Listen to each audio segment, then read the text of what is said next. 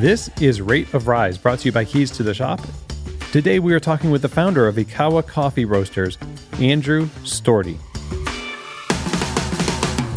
Well, hey everybody, and welcome back to another episode in the Rate of Rise series where we have elevated conversations on roasting, and I'm really excited to have you along today. You know, this episode is brought to you by Roast Magazine, and Roast Magazine is one of the longest running and most respected trade journals in the coffee industry. Not only does Roast Magazine produce an amazing magazine, but also books on green coffee, trade, the value chain, and of course roasting. The business, science, and craft of roasting is covered to such a detailed extent through all their publications. This is one of those resources that you absolutely have to have in your roastery in order to really stay up to date with the latest science, research, and craft in roasting coffee. Go to roastmagazine.com to subscribe today. You can also listen to really great articles read out loud for your convenience. Roast Magazine is always on the forefront of equipping roasters around the world.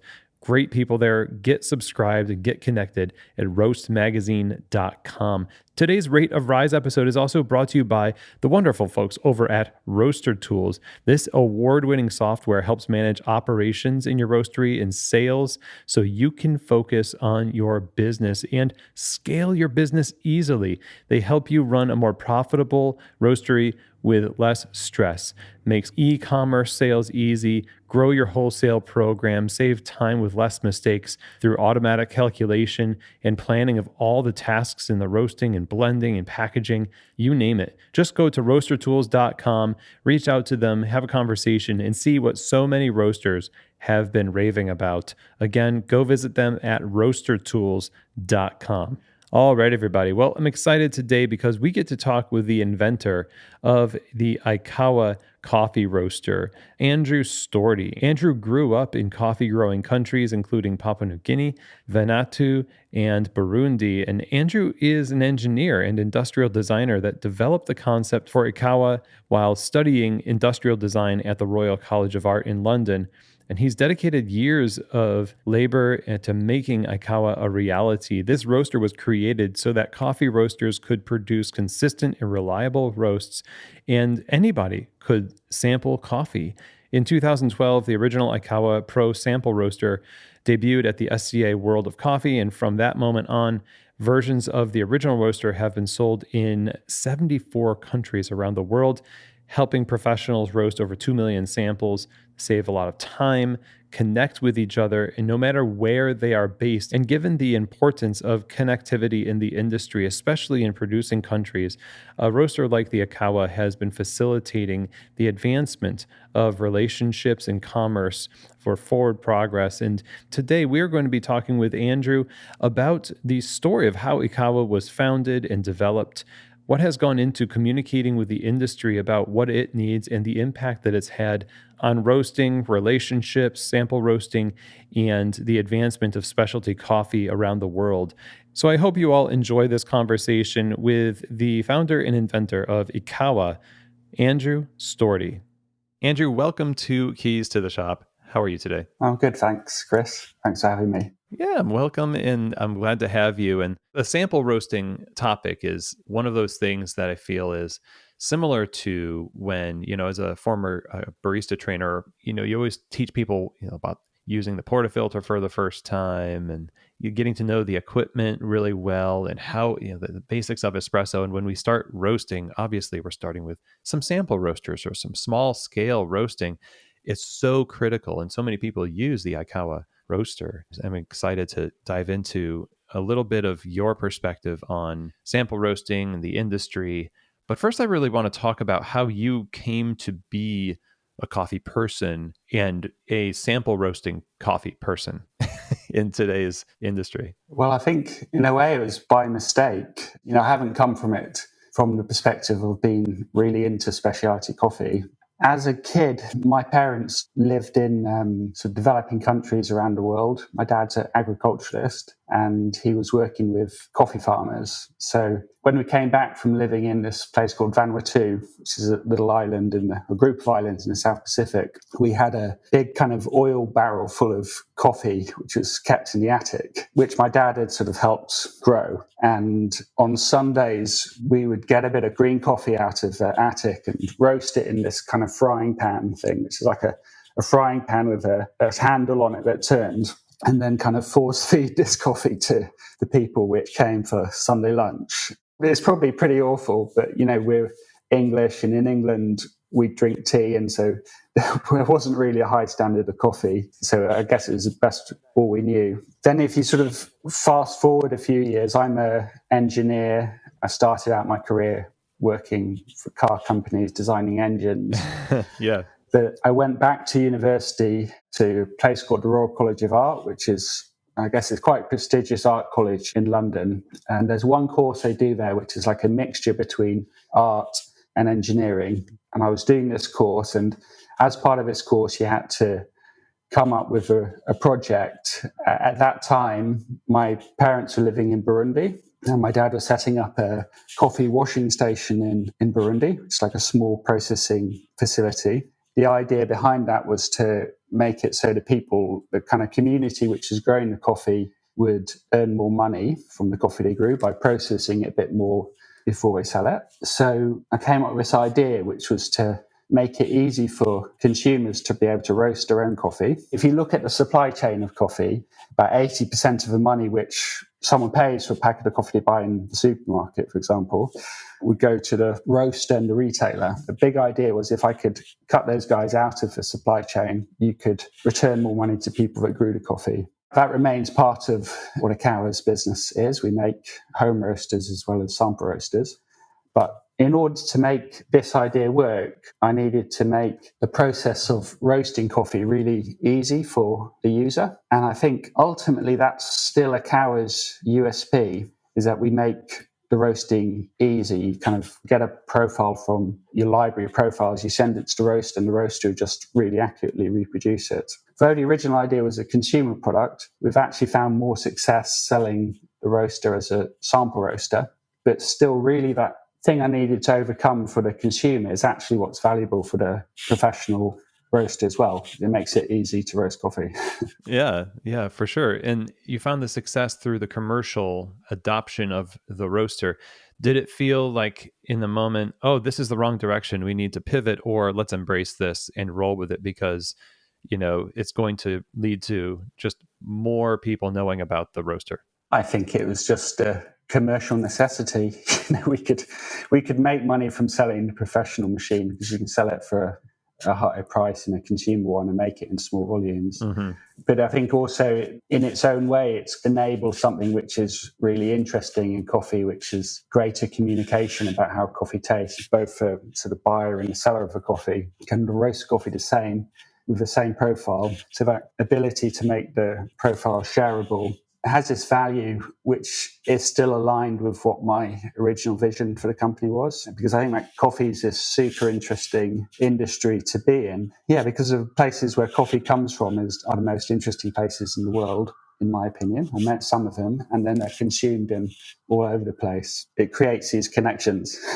So there's a very connected industry. And with the commercial success of your roaster, you get a lot of feedback, I'm sure, for user experience and making user experience better over the years. What, in terms of reception, did you first hear from the commercial side of coffee roasting, using it in sample roasting scenarios? That then, how did you adjust it, or maybe major iterations, to make it even more targeted and usable for that particular area of coffee? I think, honestly, initially when we started selling it, we didn't find it that easy to sell. But because its sort of form and appearance was so different to what was in the market at that time, when we started, people either sample roasted in a traditional sample roaster, normally made by Probat, like a series of barrels in a row. Just put a spoon in. Or if they didn't have enough money for that, they bought a home roaster. Initially, it wasn't a massive success, but it's once we got a few users, and I think ultimately the product must have spoken for itself in that it helped them do their sample roasting much more easily. And the thing just snowballed from there. And the commercial part of our business has been a lot more successful than we ever anticipated, honestly. Okay, so when it comes to sample roasting, what is it design-wise that is important for a sample roaster to get right? You're talking about the difference between having this multi-barrel industrial machine, which are beautiful and awesome and to look at, and if you know how to use them, it's like a child. It really is great. And then the home roasting, Baymores and things like that people use for sample roasting, if they don't have this sweet spot that your roaster kind of allows them to do. What is the most important design element of this roaster that makes it an ideal sample roaster, especially for where we are in the industry right now and the standards that we have for our coffees, which has only gotten higher over the years? I think the most important feature of a roaster is that it's repeatable and it makes the profile shareable. That's possible in our roaster because it roasts a relatively small quantity of coffee and the roast is highly controlled. And we really put a lot of effort into trying to make each roaster do exactly the same thing. Each roaster we make has coffee roasted in it at the end of the production line, and then we measure the color of that coffee and don't ship the roaster out until it's doing the right thing. Yeah, to achieve that is actually really quite difficult. Yeah, I think the repeatability, which sort of enables the hands-free ease of use and the shareability of profiles, is probably the most important feature and innovation. Talk a little bit more about that, because you mentioned it earlier, and the shareability of profiles. Why is that important? The roast probably has as much, if not more, probably the most impact on the way which coffee tastes ultimately, even more than the actual coffee you're using. So people taste coffee as a measure of its quality, but then different people are roasting the coffee in different ways. It helps to provide a standard benchmark which the buyer and seller can roast coffee the same. I think also just roasting coffee is quite difficult, actually. If you were just given a traditional sample roaster, you took it out of the box and you had to learn how to roast coffee on, it wouldn't surprise me if it took you, a couple of weeks to start getting results which you're happy with, sort of heating it up, and then you've got all these strange things that happen, like one barrel roast in a different way to another barrel. But with our roaster, you literally take it out of a box, and I think most people would be getting an acceptable result within a couple of roasts just by using the profiles which other people have created. Ultimately, it makes roasting easier. Well, that's great. I know I've had in the past a client who actually learned to roast, used the IKAWA. And we've had guests on the show in the roasting space, one of the things, besides just the ability to know your technology well, the stuff that's in front of you, not just the brand, but your roaster, your machines, is also just your palate development. And it feels as though with a machine like this, and you are more able to, at least more frequently, test and develop your palate without as much risk in terms of, large scale purchases of green coffee and that kind of thing. Talk a little bit about the accessibility of palate development with something that is easier to use, something like the IKAWA. Because it's so repeatable, it'll do the same thing each time. You can just change one aspect of a roast very easily. So say if you want to increase the development time, you can do that, and you can be sure that it's only that one thing you've changed.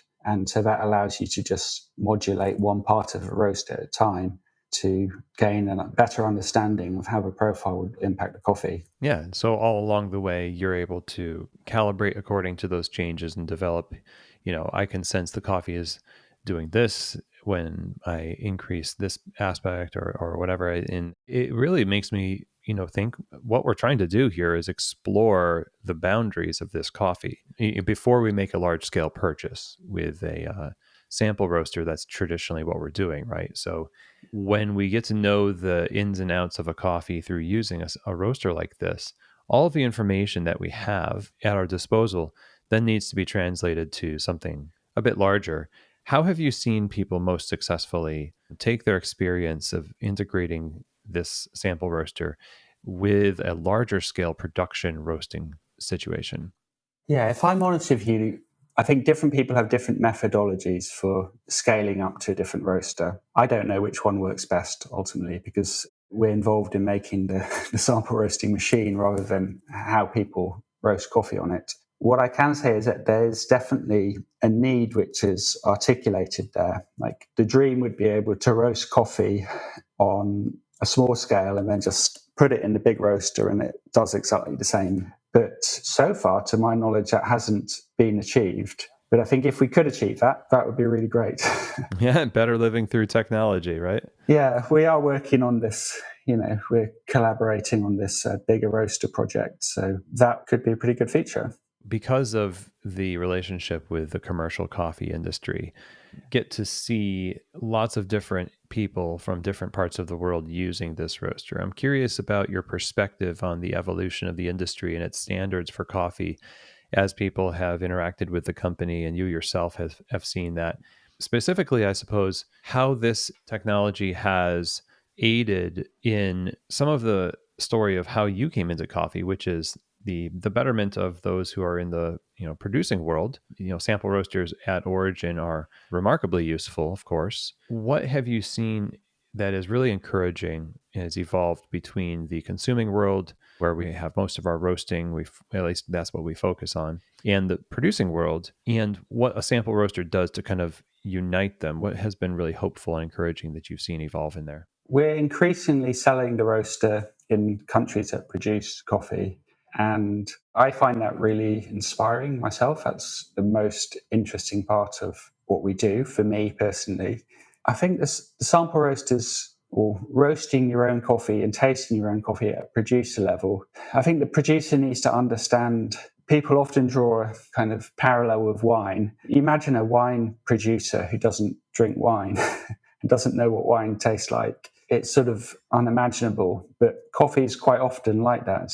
People in the places that grow coffee often don't drink it. But what I have seen in more recent visits to producing countries is producers normally at the very kind of pinnacle of coffee, actually roasting their own coffee, tasting it, experimenting with different ways which you can process coffee, all these different ways of fermenting the coffee, etc. All these that's evolved over the last 10 years. Well, actually, when we started, a natural coffee was considered a sort of lower quality coffee. And then, people started to say, well, we like these funky flavors. And then it's just evolved from there. And I think if all that processing is happening at origin, so the people at origin need to understand the way it tastes, and they also need to understand what the market wants, what the roasters in the US or Europe are interested in, because really their worlds are so different. Someone in Ethiopia, their world is absolutely not comparable to someone in the US. Sample roasting, having a discussion about the flavor of a coffee, is part of creating the dialogue, which means that the producer can understand the product which they're selling and sell it as something which isn't just a commodity. Yeah, and imagine this power that they have. And we talk a lot about this in the industry, where we have more models of integrated, like vertically integrated supply chains. Just on the show, just before this episode airs, is Julia Peixoto of Peixoto Coffee in Arizona, family farm in southern Brazil, coffee shops in Arizona, and all owned. And obviously, the resources and the tools matter for being able to create systems that allow for sustainable business over the long haul, many years of ebbs and flows of markets and things like that. So having this kind of easy technology to equip people with knowledge to communicate better sounds, it's revolutionary. I hope so. Thanks so much. Yeah. And it is also a testament to what the market wants, and the idea that this product is a tool being used by people who want tools to use because they have a goal. They have a goal to cross boundaries, maybe eliminate middlemen, or whatever it is they're seeing as the best bet for success. When it comes to the producers that use this in sample roasting, it can't be just the communication that they have with people over oceans, but there's a lot of people who are also using this at origin, I imagine, that where retailers use coffee grown in their own country, and this is something that they're using to explore the possibilities of that coffee as well. Yes, I think, ultimately, I think the machine just makes roasting much easier. So it's much more accessible for people, as well as the ability to transfer and talk about the roast. I think the other user benefit of our product is that it's just easy to use, basically. So it makes roasting more accessible, easier for people to get a good result. Being in touch with a community of people using the roaster and being a designer and a design background yourself, what does it look like to receive feedback? As you know, we've talked about this regarding the roast itself and how we get feedback from roast profiles and things like that. But for you to make the roaster better and better, obviously you're plugged into the community. What does that iterative process look like for IKAWA? Probably two parts of it. There's one part of it which is making a product which works better and is more reliable. We manufacture the roasters ourselves in London. A lot of people probably be surprised. You're actually quite close to central London, because if a roaster breaks and it comes back and we fix it, it's right in our noses. So we've got a really good system where all those improvements we can make are made to the product.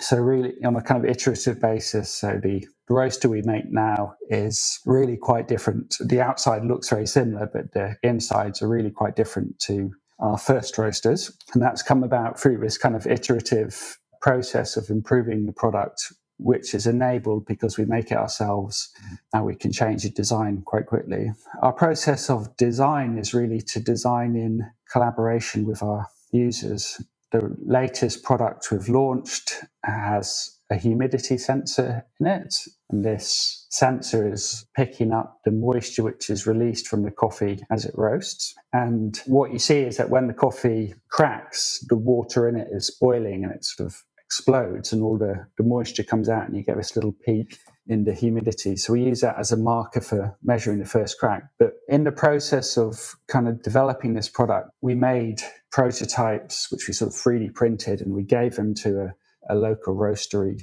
Square Mile Coffee actually, and they just experimented with using it, and they were using it. And what they actually found out was that the fact that each coffee releases moisture in a different way allowed them to understand the coffee better, which allowed them to more quickly dial in their production roasters and get a good result. That outcome was not anticipated, and it came about through the process of working with the users. So I think in the way which we design stuff, we start out with interviewing people, we quickly design prototypes, we test those prototypes with users, and that iterative process, which has the user at its center, is what should hopefully allow us to make products which work better for the people who we design them for.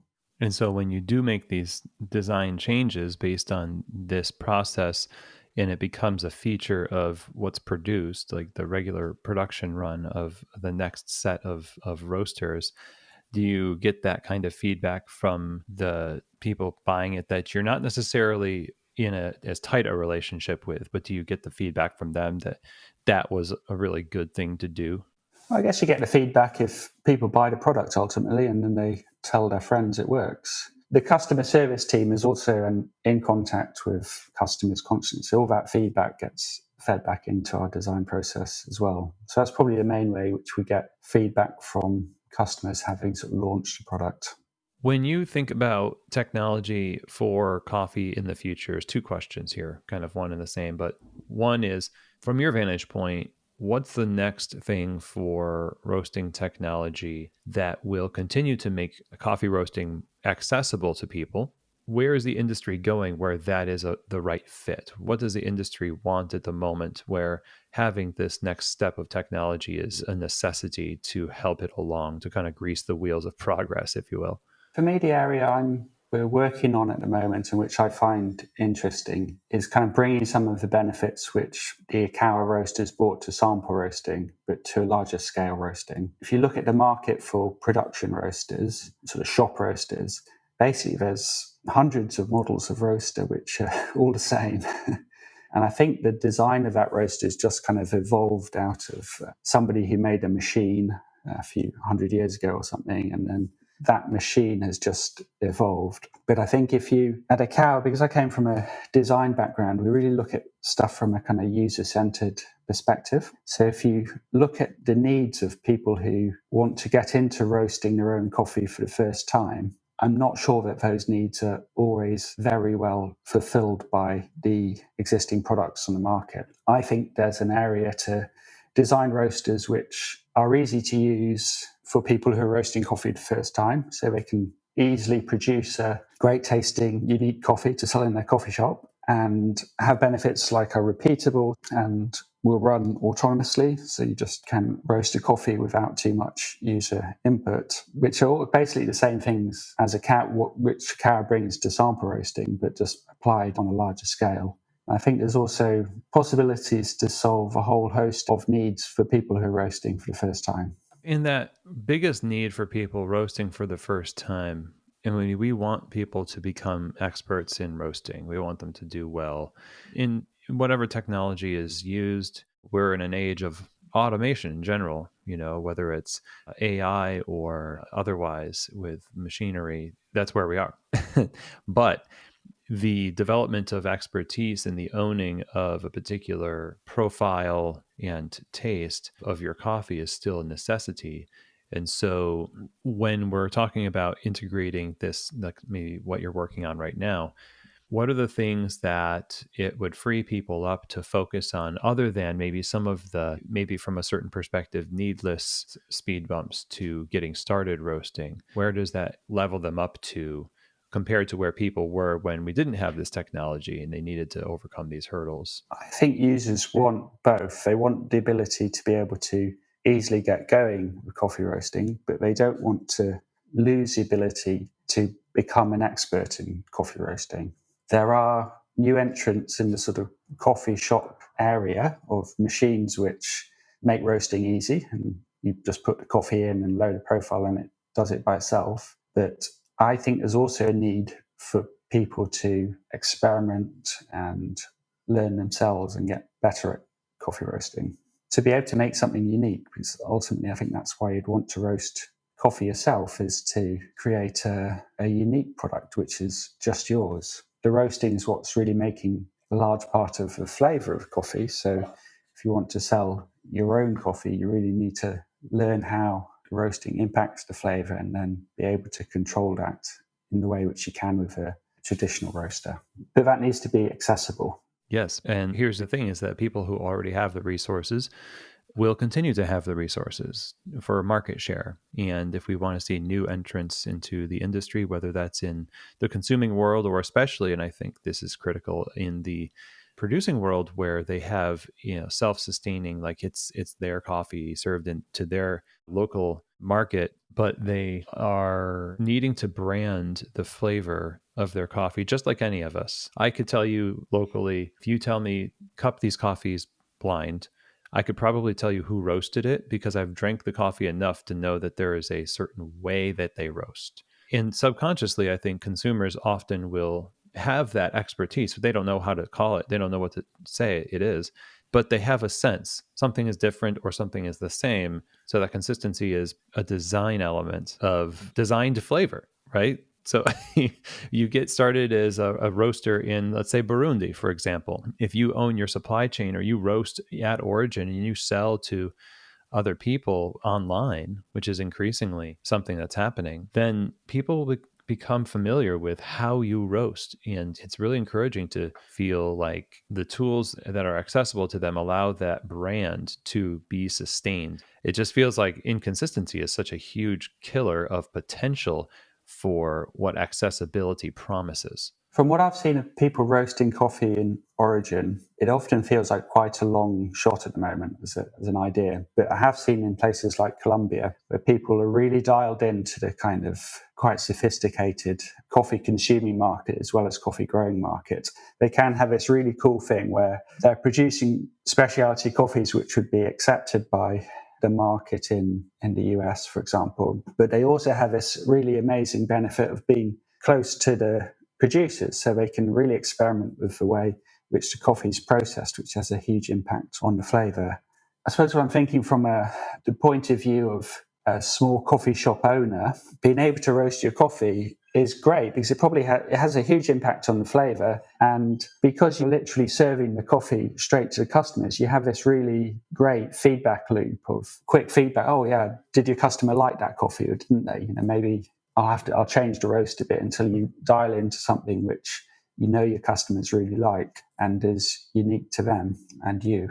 Mm-hmm. Yeah. It's another issue that we also have in terms of designing the flavor and using our equipment to achieve this consistency is the feedback from channels of international or national distribution where we sell online and people will buy our coffee from either a subscription service or far-flung places. Yeah, that feedback loop is really critical because you not only get to design your coffee according to your locality, but also get some feedback from customers that are in other areas. But I wonder, in terms of designing the flavor using, equipment that makes it easy to do so, there might be a limit to that because everyone's got an opinion and you've got to come into it with a bit of a goal as well as a mix of feedback. So it feels like there's a certain cycle of exploration that happens with equipment like this. And I'm curious what that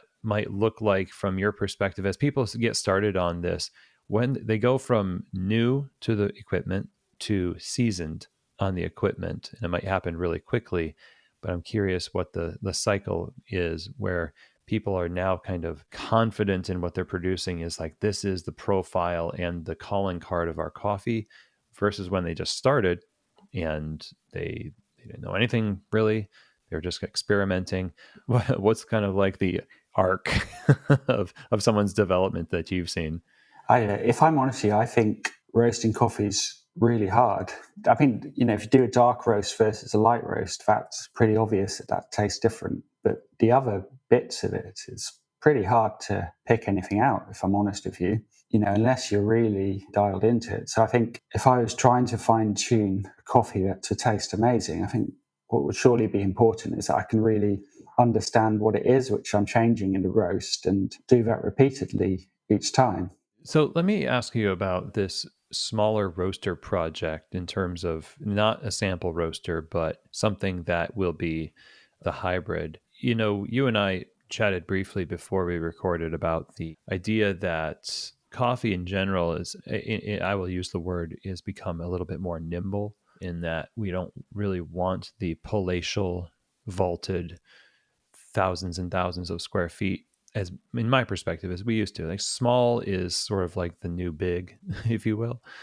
And so what is it that you see happening right now in the greater industry, besides technology? Do you see that this is somewhat of a trend in coffee where people are getting the idea that we need to not downsize, but become a little bit more focused and not as sprawling? Is that something that rings true, or is that just something that I'm imagining?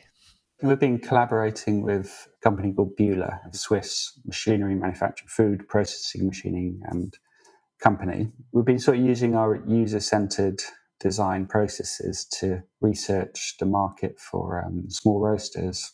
I'm a bit cautious on saying too much, but we've been picking up on what you've described, people's need to roast coffee on a small scale. I guess because we're researching small roasters and coming up with some really exciting ideas for how we can make that better. You're right. I think, maybe I'm saying you're right because I feel like I'm right and that you just agreed with me. So, but the point is that we are definitely in a space of everybody who's an entrepreneur starts something that's their own thing, right?